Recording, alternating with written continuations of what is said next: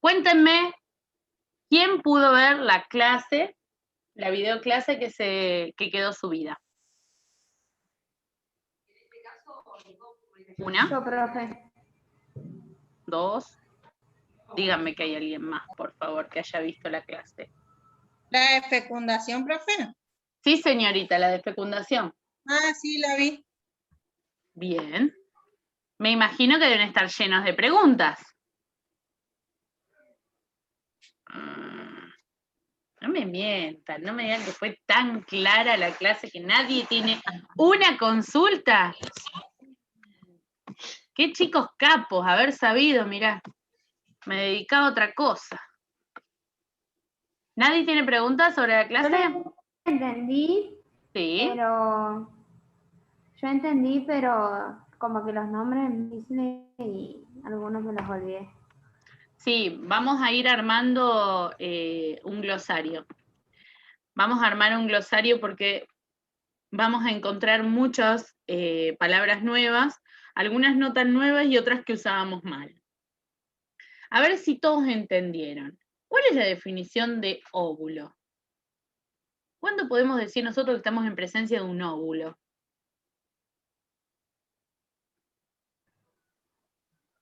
¿Ven que me mienten? Cuando no se convierte en ovocito. Cuando se fecunda. Cuando recién madura. A ver, tenemos 3 definiciones, ¿eh? ¿Se dan cuenta? Menos mal que entendieron todo. Tengo 3 definiciones diferentes. A ver, vamos a ponernos de acuerdo. ¿Cuándo existe el óvulo? Decía que después que se fecundaba muy poquito tiempo. Bien. ¿Y antes? ¿Cómo se llama? Durante la pubertad. Ay, Daniela, Sí, cerrá el micrófono. Te voy a matar. Ovocículo de Graf. Ovocito. Primero es ovocito secundario, que es el que va a salir del ovario y va a empezar su viaje por la trompa de falopio. ¿No es cierto? Sí. Bien. Sí. Cuando se encuentra con el espermatozoide, ¿qué pasa ahí? Se fecunda. Produce la fecundación. Bien, se produce la fecundación. Entonces, a partir de que este óvulo, entre comillas, ahí yo estoy haciendo comillas y no me puse en la cámara. Óvulo, ahora sí me pueden ver. A partir de que este supuesto óvulo, que era un ovocito secundario, pasa a ser fecundado, ¿cómo se llama?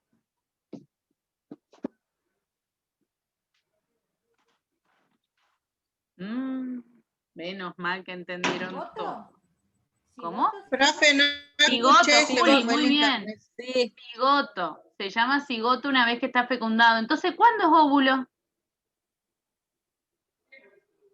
Cuando recién se fecundó. No. Cuando todavía no se fecunda. Antes. Son muy divertidos. Bueno, si no se ríen ustedes, me río yo, que no me queda otra. Más vale me río para no llorar. A ver, volvemos a recapitular. Si decimos que del ovario sale el ovocito secundario y que cuando es fecundado se llama cigoto, ¿cuándo es ovario? Digo, óvulo. ¿Cuándo es óvulo? Cuando se encuentra en estado fértil, ¿o no, profe? Ahí es ovocito secundario. Ese es el que sale cuando ya está en estado de ser fecundado. ¿Qué? Es que está mal dicho óvulo, decía, ¿o no? Ah, está mal dicho óvulo. Es un espacio de tiempo ficticio. Es un espacio de tiempo ficticio. ¿Por qué dicen que están ovulando? ¿Qué? ¿Qué? ¿Qué dijo? No sé.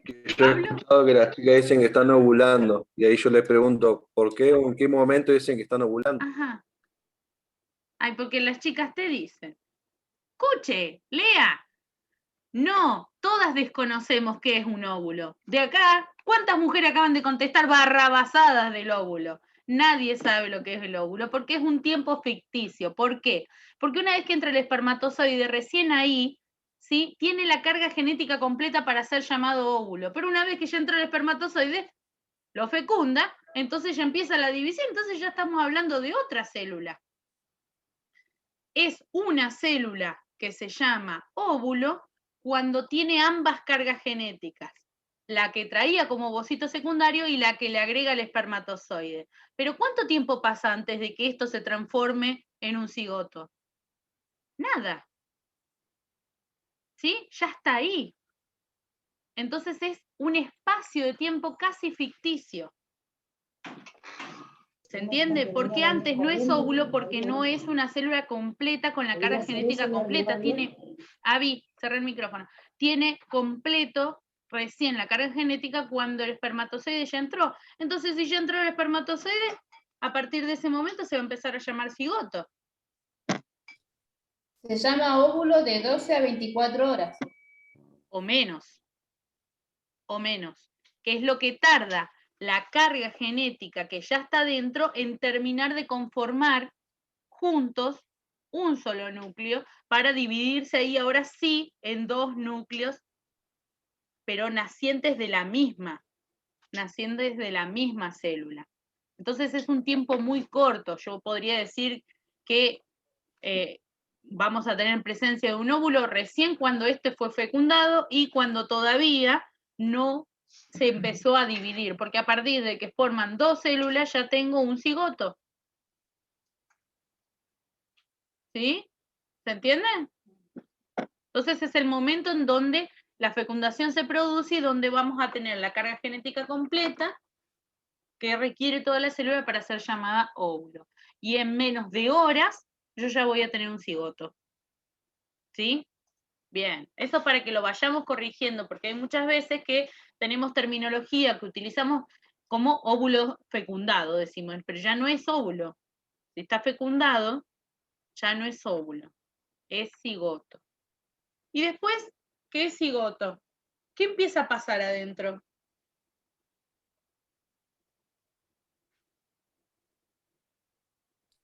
El cigoto se empieza a dividir.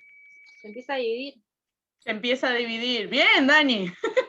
El cigoto se empieza a dividir. Se divide de 2, ¿sí? ¿A cuántos? ¿En cuánto se transforma? ¿De 2 a cuántos pasa? De 2 células dentro del cigoto. ¿A cuántas células pasa?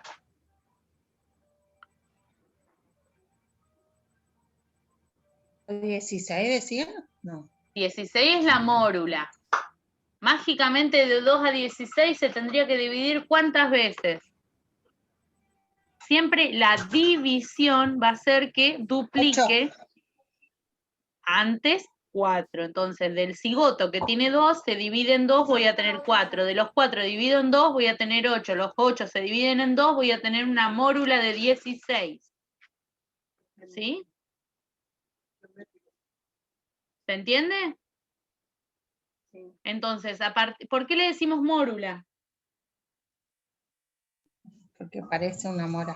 Porque parece una mora, sí. Es una fruta pequeñita con muchísimas células pequeñitas dentro.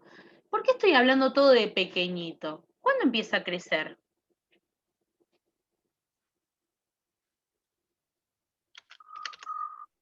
Cuando se instala en el... Implanta. Sí, muy bien, Fabi. Cuando se implanta en el útero. ¿Por qué no crece antes? ¿Qué le falta? ¿Qué pasa en la implantación que ayuda a que empiece a crecer? Llegar al La útero. síntesis de... Decilo. No me acuerdo. ¿Cómo? No me acuerdo. Terminar. ¿Qué síntesis llegar pasa? al- Para, Pame, ¿qué? Terminar como el recorrido de la trompa fallopios hasta llegar al útero, que en el útero Sí. se implanta. Bien, ¿y cuando se implanta? ¿Por qué empieza a crecer recién ahí?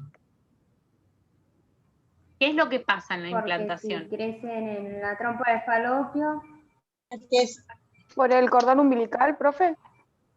Empieza a formar la placenta. Bien, ahí está. Primero, ojo, que lo que dijo Pame también tiene razón. Si se implanta antes, ¿qué pasa? ¿Qué tenemos si se implanta crece. antes de llegar al útero? Embarazo ectópico. Un Ajá. embarazo ectópico, muy bien, porque se está implantando en un lugar donde empieza a crecer, va a aumentar de tamaño y si aumenta de tamaño nos revienta la trompa. ¿Sí? Bien, entonces, esa es una de las cosas por las cuales debe llegar hasta el útero para empezar a implantarse. Porque cuando se implanta empieza a crecer. Y ahí entre Milena y María, dijeron ambas el por qué. Porque una dijo placenta y otra dijo cordón. Y es una mezcla entre ambas, ¿sí? Lo que empieza a pasar es la irrigación sanguínea que lleva nutrientes, porque hasta ese momento solo se puede dividir sin gasto energético, pero necesita para crecer, ¿sí? Sintetizar, como decía que casi no le sale a Fabi, sintetizar las proteínas para poder aumentar de tamaño, utilizar energía para empezar a crecer y respirar, porque necesita oxidar estos nutrientes para poder justamente crecer, gastar energía, ¿sí? Oxidar los alimentos, entonces necesito transporte de ida y vuelta, de nutrientes, de oxígeno y que se lleven, porque todavía no tengo ni riñones, ¿sí? Para que se lleve y me filtre los desechos. ¿Se entiende? Entonces, recién en el momento de la implantación, nosotros vamos a empezar a notar crecimiento. Primero se va a ir metiendo, el endometrio lo va a recibir, se va a empezar la comunicación entre ambas, van a empezar a la formación de estas venas y arterias que van a permitir no solamente la formación justamente de esta placenta que hablan las chicas, del desprendimiento a través del cordón umbilical, sino el transporte de nutrientes y de desechos vía ida y vuelta. ¿Sí? Profe, Sí, en el Pamela. caso del embarazo anembrionario, Sí. ¿qué es lo que pasa? Lo que O sea, tenemos ¿por qué no se nosotros, forma, digamos? lo que tenemos en realidad es justamente un embarazo que se produce porque se implantó, ¿sí? Un óvulo no fecundado. ¿Sí? Entonces, lo que va a crecer, ¿sí? Esta implantación va a hacer que se siga creciendo, pero no va a ser la formación del embrión. Y la formación del embrión necesita primeramente de la mórula para poder generar este blastocito por un lado y el trofoblasto por el otro, que va a ayudar esa división a generar las cavidades necesarias para empezar a contener el líquido amniótico y el embrión. ¿Sí? Todo eso va a ir sucediendo en el trayecto, es blastocito hasta que se implanta y a partir de ahí empieza la formación lentamente de este embrión. Entonces, cuando no se genera, no alcanza a formarse el embrión, está implantado, tenemos presencia de un embarazo porque la carga hormonal es suficiente para que aparezca la gonadotrofina coriónica, no va a haber entonces desprendimiento del endometrio, pero no se formó el embrión. ¿Sí?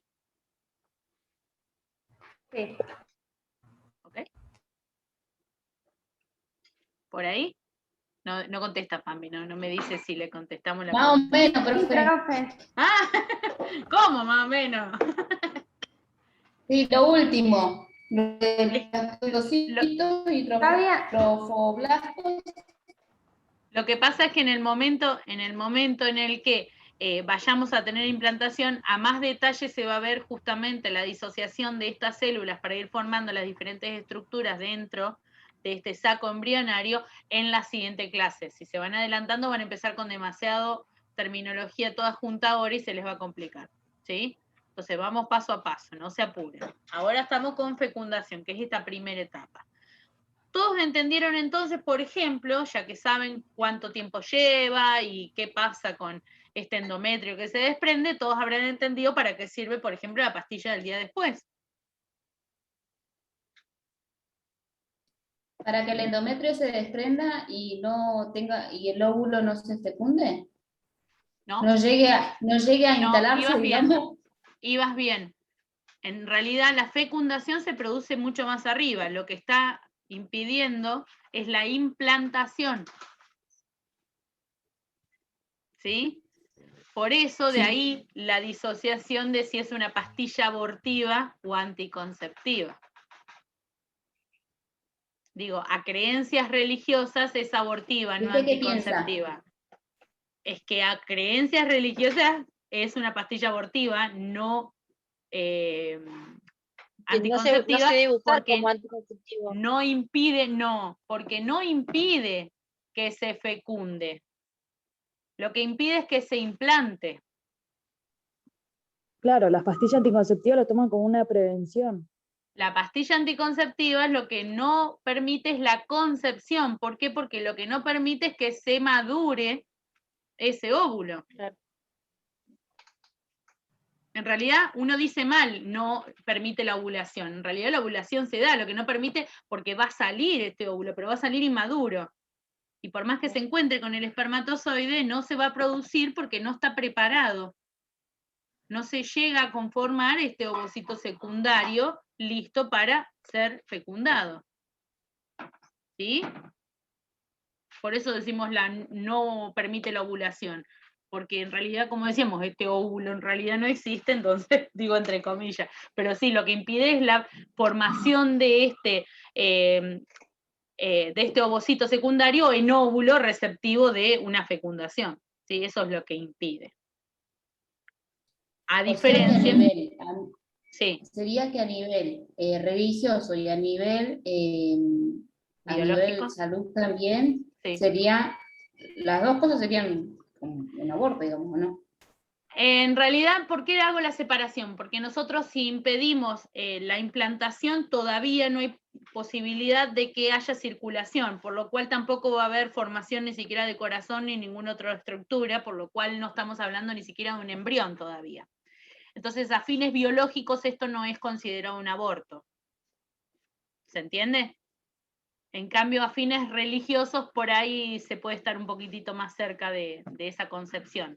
¿Por qué hago la aclaración? No porque importe la religión de cada uno de ustedes, sino porque importa las religiones de los pacientes.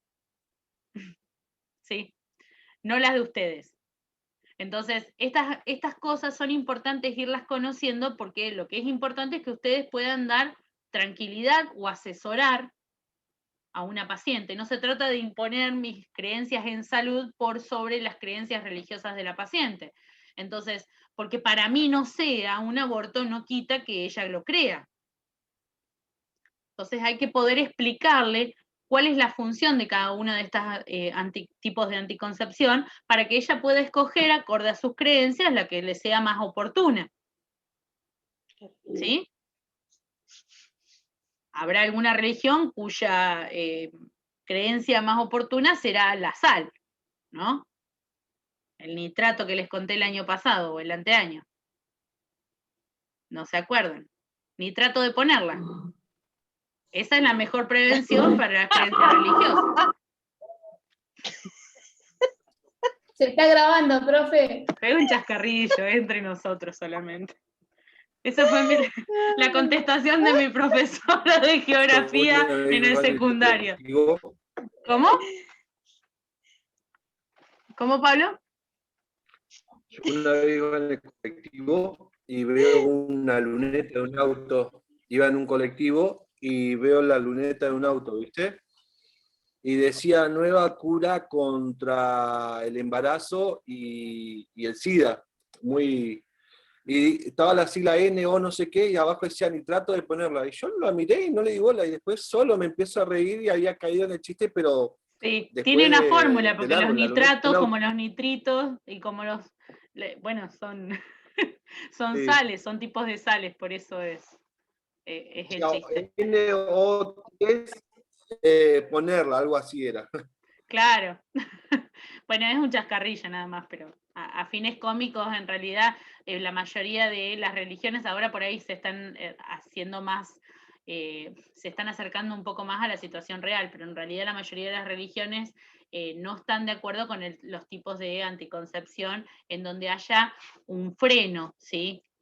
En realidad hubo muchos tiempos donde se contemplaba, por ejemplo, que los anticonceptivos en realidad no son justamente anticonceptivos, sino que también eran abortivos, por lo cual no eran permitidos, porque en realidad lo que está haciendo es permitir la unión, pero como no está maduro no sirve para nada.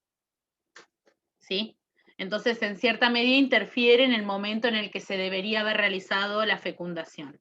Pero cuando surge el preservativo como un uso más habitual, no hubo mucho que decir, porque en realidad el preservativo está, ese sí, impidiendo la unión de ambos. Entonces, ante recomendaciones, por supuesto, siempre lo más recomendable de una persona que no quiera tener un embarazo, lo más lógico sería utilizar por lo menos 2 métodos anticonceptivos, porque uno puede fallar. Pero siempre es recomendable, y ustedes como agentes de salud, lo más recomendable es el preservativo.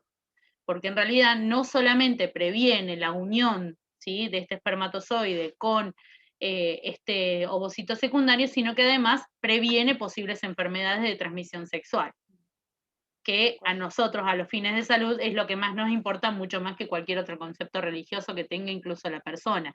Entonces ustedes pueden brindar en cierta medida tranquilidad religiosa si la paciente lo es, si es religiosa, y también protegerlo en prevención de salud de transmisión de enfermedades de transmisión sexual, ¿se entiende? Entonces es un método anticonceptivo bastante recomendable. Siempre hablando de una relación consensuada, obviamente, no estamos hablando de situaciones extremas, ¿ok? ¿Sí? Profe, ¿y el Sí. tema de cuidado por los días? El cuidado por los días puede funcionar. Lo que tenemos que tener ahí como primera medida, primero es una pareja estable, obviamente, porque solamente lo que puede prevenirse es el embarazo, no la transmisión de enfermedades sexuales, ¿no? Pero lo que tenemos que tener como segunda medida y sumamente importante es una regularidad en el periodo de la mujer. Porque solamente siendo un periodo regular nos va a permitir cuantificar los días para saber en qué momento estamos en el periodo ovulatorio. ¿Sí? Incluso se ha demostrado, y de ahí muchas del chiste es el método de Billing, mi mamá me puso método de Billing, porque en realidad teniendo en cuenta los días, así todo puede haber quedado embarazada, y esto se explica porque hay gente que incluso ovula en periodo de menstruación. Entonces, sí, pero estas son situaciones irregulares. El hecho es que todo tipo de método anticonceptivo lo que debería llevar es un estudio ginecológico, cosa que no hace nadie. Porque la mayoría que se comienza con actividad sexual cuando es joven no lo habla con la familia, mucho menos va a conseguir una cita con el médico siendo menor, porque si tiene obra social, pues no, se enterarían los padres, y bueno, de ahí todo esto en realidad es producto del tabú. Pero si uno acostumbrara a estas cosas a hablarlas en familia, sería muchísimo más fácil de que pudiera controlarse incluso con este método, porque uno lo podría llevar al ginecólogo, a la niña en este caso, para ver la regularidad de su periodo y para ver cuándo es el periodo específico de ovulación, y de esta manera poder cuidarse en esos tiempos en los que se supone que se está ovulando. ¿Sí? Pero eso sí o sí, yo siempre recomiendo que todo tipo de método anticonceptivo que se vaya a implementar requiere un asesoramiento de parte ginecológico. El único que sinceramente no lo requiere, pero sí requiere una efectiva práctica de parte del hombre, es el uso del preservativo. Y digo una efectiva práctica porque también les pasa lo mismo, no crean que porque estamos en un periodo feminista y ahora podemos hablar de esto, los hombres no pasan por las mismas circunstancias. Tampoco es común que al hombre se le enseñe a colocarse el preservativo. Entonces, se pueden dar ambas circunstancias. Si la iniciación también del joven es con una persona inexperta de parte del lado de la mujer, ambos inexpertos puede ocasionarse el embarazo por más preservativo que se haya usado.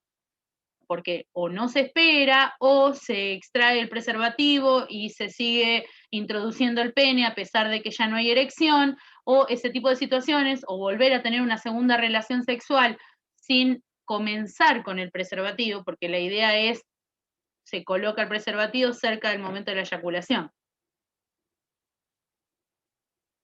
¿Por qué? No sé, pero bueno, es una de las prácticas habituales. Entonces, ¿qué pasa esto? Si uno ya tuvo una relación sexual con una eyaculación, por más que haya sido en un preservativo, la segunda vez que se inicia una relación sexual, con esta diferencia de horas, ¿sí? Es decir, el segundo acto sexual, como primera medida, esta limpieza del conducto que hace, cuando lo vimos el año pasado o el anteaño pasado en biología, esta limpieza que se hace del conducto uretral va a arrastrar todos esos espermatozoides que todavía están vivos porque viven 48 horas, chicos. Tienen energía para vivir 48 horas, como lo dicen en la clase. Entonces, si quedan en el conducto uretral y la persona no fue ni a orinar y comienza una segunda relación, va a empezar a eyacular el esperma de la relación anterior al inicio de la relación, por lo cual se puede provocar un embarazo sin haber eyaculado en este acto sexual. ¿Se entiende? Esto sucede lo mismo si el hombre, por ejemplo, se masturbara antes de tener una relación sexual, que también es una práctica común para postergar la eyaculación durante más tiempo. ¿Sí? Sé que son situaciones por ahí incómodas de hablarlas, pero si nosotros como enfermeros o futuros enfermeros no las hablamos, ¿quién las va a hablar con los jóvenes? Entonces, estas cuestiones las tenemos que aprender a decir para poder asesorar correctamente a nuestros pacientes, ¿sí? Hombres y mujeres. ¿Se entiende? ¿Preguntas? Profe, ¿cómo sería entonces? ¿Un hombre puede dejar embarazada a una mujer sin eyacular? Lo que estoy diciendo es, No. si la persona eyaculó previamente, es decir, sea por una masturbación o por una relación sexual previa, tuvo una eyaculación, en el conducto uretral, Sí, ¿sí? Que se comparte, como lo vimos en biología, que sí. se comparte con el conducto seminífero, va a quedar restos de semen con espermas de la eyaculación previa, sea por masturbación o sea por una relación previa. Si la persona no limpió ese conducto y no hay una manera de limpiarla, puede ser que la orina arrastre, pero no todo. Es más, de hecho, lo primero que sucede durante la erección es lubricar el conducto para ayudar a que el esperma pueda circular con mayor fluidez en el momento de la eyaculación. Entonces, en el momento que va liberando esta secreción que ayuda a lubricar el conducto, va arrastrando los espermas que pueden haber quedado de la eyaculación anterior. Okay. Entonces, supongamos que hace la antigua práctica de comenzar la relación sexual y mal llamado acabar afuera, es decir, eyacular fuera de la vagina de la mujer, por más que haga eso, ¿puede haber embarazo? Sí, puede haber, porque si anterior a eso realizó lo mismo o cualquier momento previo a las 48 horas, ¿puede haber quedado rastro? Sí, puede haber quedado rastro. Entonces, la relación sexual conviene arrancarla directamente con preservativo o el uso de anticonceptivos regularmente. ¿Se entiende? Okay. No es que no va a eyacular, sino con una eyaculación previa puede quedar embarazada la mujer, sí. Esa es la respuesta. ¿Dudas? Ahora tienen muchos datos en qué pensar. Los dejé pensando en otra cosa, no en la clase que les di. Claro, profe, pero vio cuando dicen, por ejemplo, de que por más que el hombre antes de empezar el acto sexual no se haya masturbado ni nada, ni Sí. haya eyaculado, vio que dicen que cuando uno igual va a tener relaciones, el flujo que despide el hombre dice que igual puede traer espermatozoides. No, espermatozoides no. Lo que trae es semen, no espermatozoides. Acuérdense dónde se alojan los espermas. Lo que pasa es que, Avi, no quiero hablar, hay muchachos acá y no quiero que se lleven mala propaganda, pero ciertamente es poco creíble que no haya tenido ningún tipo de eyaculación previa a 48 horas antes. Ni por masturbación, ni por relación previa con otra persona o con la misma persona. Entonces ya se han llevado mala fama, chicos, de no creer. ¿Se entiende lo que quiero decir? Entonces, no hay certidumbre. Esperma es muy difícil que llegue porque estamos hablando de que el esperma está alojado en otro lugar. Y requiere de la maduración. Igual ¿Cómo? Abby habla por experiencia, me parece. ¿Quién? ¿Yo o Abby? Abby. Perdón. No. ¿Qué hice yo? No, Pablo Abby, no escondía Fabi. y aparecía. No, dijo Abby, no Fabi. Igual no vamos a sacar trapitos al sol, no vamos a hablar de los usos personales. Bien. Claro, Dani, claro. Ok. La siguen después. Bien, ¿se va entendiendo entonces cuál sería la dinámica en realidad en la anticoncepción o en el momento propio de la fecundación? Es importante, insisto, saberlo, porque esto lo que nos pasa es que, por ejemplo, en el caso de la pastilla del día después, si se toma después de esas 48 horas, no es efectiva. Porque una vez que este óvulo está implantado, este blastocito se implantó, ya no va a bajar la menstruación, ¿eh? Una vez que aparece la gonadotrofina coriónica, le avisa al cuerpo de que hay que retener el endometrio. Y por más que uno tome un comprimido externo, no llega. Entonces, no se puede tomar 3 días después. Es mientras más inmediato, Y no se puede tomar mejor. 2 en un mismo mes. ¿Cómo? No, no sirve. Tenés razón, Pablo. Buena aclaración. ¿Y no se puede tomar 2? No, no sirve tomar, por eso no sirve como un método anticonceptivo. No es que cada vez que tenga una relación sexual puedo tomarme la pastilla el día después porque no van a menstruar. Y si no menstruan, no se desprende. Y ustedes, si no saben cuándo están ovulando, no saben cuál de estas relaciones los puede llevar al embarazo. Contó un amigo. Me imagino, Pablo. ¿Se entendió lo que dijo Pablo? Que no se pueden tomar estas pastillas 2 veces en el mismo mes. Porque no se alcanza a formar nuevamente el endometrio para volver a ser desprendido. Por lo cual, de una de estas relaciones puede suceder el embarazo. Entonces, no sirve como método anticonceptivo y no es algo que uno dice por la carga hormonal. No sirve como método anticonceptivo. Porque no va a haber tejido que desprender en el momento de la implantación. ¿Se entiende? ¿La diferencia? Sí, profe. Ok. Sí, Bien. profe. En la siguiente clase les van a quedar muchos conceptos más claros a partir justamente de la clase de los dibujitos, ¿sí? Ahí la voy a subir de nuevo porque están muy chiquitos en el YouTube y ahora lo logré ampliar para que puedan visualizarse mejor. Van a quedar más claros muchos conceptos en relación a los días y la formación del embrión específicamente, ¿sí? Y cómo después de ese embrión ya vamos a pasar a la formación de este feto. A partir de qué momento consideramos nosotros que saltamos de embrión a feto, ¿ok? ¿Sí? A la clase que viene, por favor, préstenle mucha atención. Lean aparte el contenido, el material bibliográfico que se les dejó para poder acompañar esto con la lectura y vayan tomando notas de qué partes del video no se entendieron, porque a la clase siguiente van a tener conceptos bastante más específicos y más detallados de esto que estamos hablando a grandes rasgos. ¿Sí?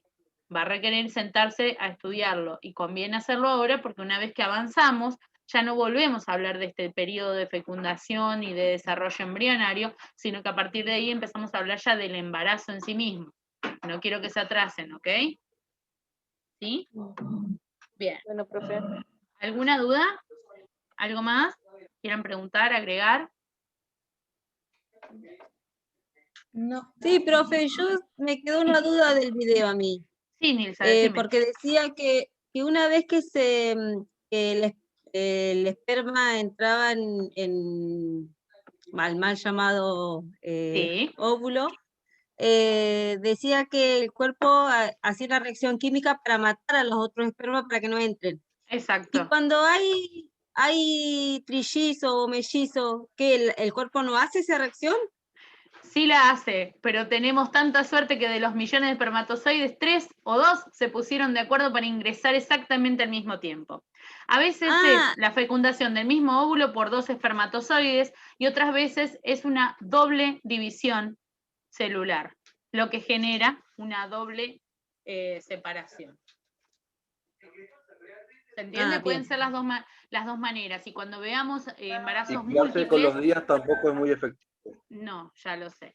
Y cuando veamos esa parte de embarazo múltiple, vamos a ver la diferencia entre embarazo gemelar y mellizos, ¿sí? Porque también de esto difiere la cantidad de bolsas y de placentas, etcétera, que vayamos teniendo, ¿ok? ¿Sí? Y también el sexo de los bebés también se define en este punto. Nunca hay gemelos del mismo sexo. Perdón, de distintos sexos. De distintos De sexos. distintos sexos. Exacto. En cambio, sí, mellizos puede haber, pero gemelos nunca. ¿Sí? Mucho Entonces menos se ponen siameses. de acuerdo para entrar juntos. Sí, básicamente. Básicamente es como un simultáneo, por supuesto que por eso es menos común. ¿Sí? Por eso es menos común. Y por eso es una cuestión más bien hereditaria. Suele haber en la familia embarazos gemelares previos, porque hay como una carga genética específica, pero no siempre es, insisto, no siempre es por el ingreso de 2 espermatozoides, sino que a veces es causado por una división, división de genética es el problema, es la división genética, es la cantidad de carga genética que tengamos dentro de cigoto, específicamente, ¿se Ah. entiende? A partir Bien. de ahí Profe, podemos empezar las divisiones. ¿Cómo, Dani? ¿Y es normal, profe, que un embarazo de gemelos, los dos tengan síndrome de Down? Sí, en realidad es poco común, pero bueno, el embarazo gemelar es poco común y la aparición de síndrome de Down es menos común, por lo cual estamos hablando de algo más excepcional. Pero sí, si uno tienen los dos. En el embarazo gemelar, sí, son lo más idénticos posibles genéticamente hablando.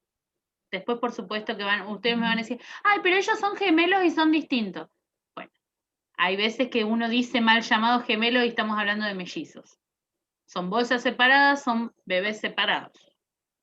¿Sí? Y a veces se dan circunstancias especiales en donde algunos a veces se alimentan más que el otro por cercanía o por la velocidad en el desarrollo individual de cada uno de estos fetos y empiezan a marcarse ciertas diferencias que se hacen más notorias a medida que uno va creciendo. ¿Sí? Pero lo vamos a ver más a profundidad cuando vayamos viendo embarazos múltiples, porque es una de las posibles complicaciones, es decir, puede acarrear complicaciones en el embarazo, primeramente porque es la misma cantidad de espacio que tendríamos uno para un embarazo individual. ¿Sí? Entonces ya partiendo desde ese punto, mientras más cantidad de bebés, mal llamados bebés, ¿no? Mientras más cantidad de embriones o de fetos estén implantados, menor va a poder ser el tamaño de cada uno de ellos. Porque por más que sigamos expandiendo ese útero, va a llegar un momento en el que no va a permitir físicamente que se siga expandiendo, por lo cual el bebé no puede seguir creciendo y suele ser más dificultoso llegar a término. ¿Sí? Igualmente no se apuren, que ya vamos a ir llegando a esos temas. Chicos, si no queda ninguna duda, los relevo. Si no, entramos de nuevo, como ustedes decidan. En la siguiente se pone un poco más picante, así que ahí sí les voy a pedir que nos vamos a juntar seguro 2 veces y que vayan estudiando con el libro al lado a la par de ver el video. ¿Sí? ¿Ok? Listo, profe. Tomen nota de las dudas, por favor, así no se olviden cuando nos encontramos en clase. Bueno, profe. Bueno, Bueno, profe, Buenísimo. nos vemos. Que tengan Chao. linda jornada. Nos estamos viendo. Hasta luego. Chao, chao. Chao, profe. Chao.